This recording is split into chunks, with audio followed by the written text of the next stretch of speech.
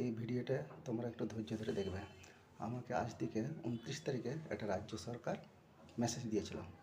ওই পাকা বাড়ি ইন্দিরা আবাস নাকি কি এসছে, তার জন্য আমাদেরকে মেসেজ দিয়েছিল।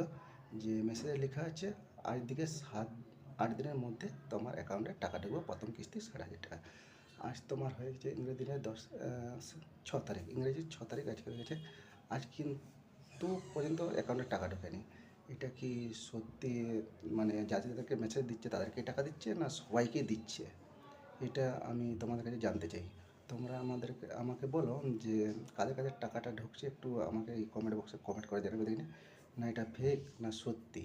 রাজ্য সরকারকে সবাইকে টাকা দিচ্ছে ইন্দিরা আবাসের জন্য, না দিচ্ছে নি, না এমনি এটা শুধু এই ইলেকশনের জন্য মেসেজ পাঠাইছে মানুষকে, পরিবহন দেখাচ্ছে যে একটা কি বলে মানুষকে বিমুক্ত করতেছে যে টাকা ঢুকে যাবে। কিন্তু আজ পর্যন্ত আমার টাকা ঢোকেনি। আজকে তো ইংরেজি 6 তারিখ, আজ পর্যন্ত 1 টাকাও ঢোকেনি।